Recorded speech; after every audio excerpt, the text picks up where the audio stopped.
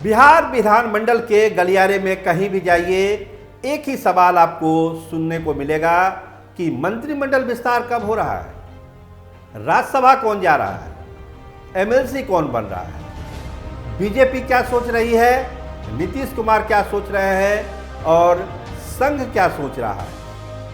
और सिद्दीकी साहब का वो इशारा कि सरकार वही बोल रही है जो आरएसएस समझा रही है। बवाल होना तय था, बवाल हो गया कि संघ क्या बिहार की नीतीश सरकार को कंट्रोल कर रही है। आइए इन तमाम बातों की चर्चा विस्तार से इस खबर में हम करते हैं। नमस्कार, आप देखना शुरू कर चुके हैं स्टार टीवी बिहार। मैं आपके साथ सरोज सिंह। मंत्रिमंडल विस्तार को लेकर और जो एमएलसी और राज्यसभा का नॉमिनेशन होने वाला है उसको लेकर एक बड़ी खबर आ रही है नागपुर से।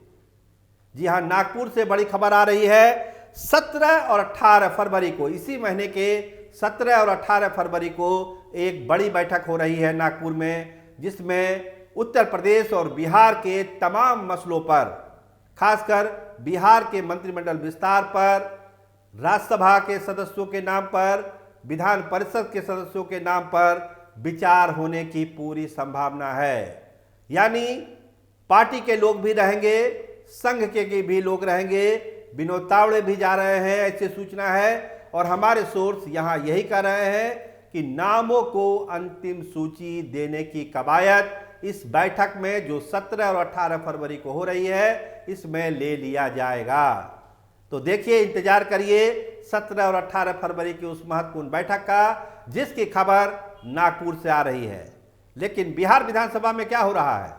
बवाल, हंगामा। आरएसएस चला रही है सरकार। आरएसएस जो समझाती है सरकार वही बोलती है।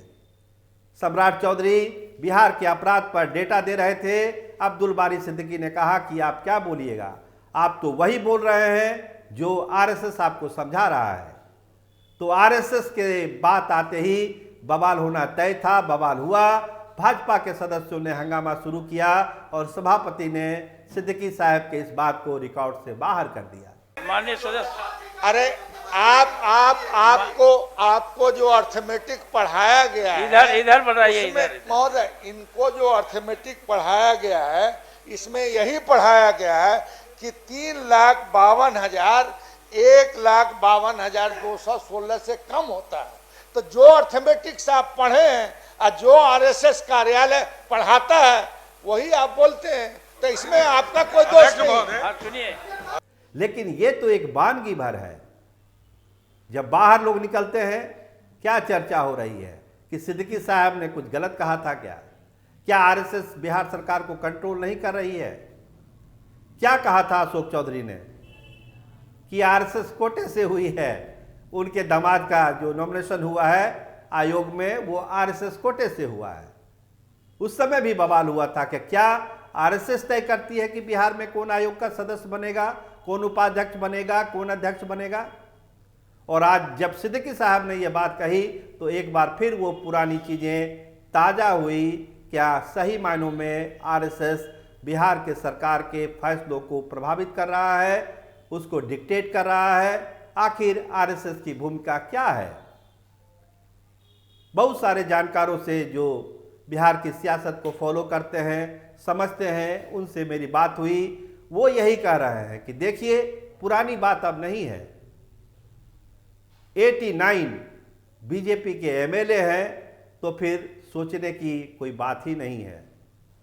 और हाल के दिनों में जिस तरह से भाजपा के राष्ट्रीय अध्यक्ष का चुनाव हुआ, ना चाहते हुए भी नवीन को बनाया गया, और जो फैसले हाल के दिनों में हुए हैं उसमें कहीं ना कहीं आरएसएस की छाया दिखती है। जो पिछला चुनाव हुआ बिहार का, जो उम्मीदवारों का सिलेक्शन हुआ, उसमें भी कहीं ना कहीं कहा गया कि आरएसएस का भी रोल था। और जब मंत्रिमंडल विस्तार की बात हो रही है तो भी यही कहा जा रहा है कि आरएसएस बहुत मामलों में बीजेपी को ये समझाने की कोशिश कर रही है कि हम दोनों साथ हैं तभी ताकत है, अगर साथ नहीं है तो ताकत आधी रह जाएगी। तो आरएसएस की बात माननी बीजेपी की मजबूरी है, या फिर ये एक स्ट्रेटजी है कि मिलके ही चलना है और मिलके ही इस देश को आगे बढ़ाना है। ये बीजेपी का अपना नज़रिया है।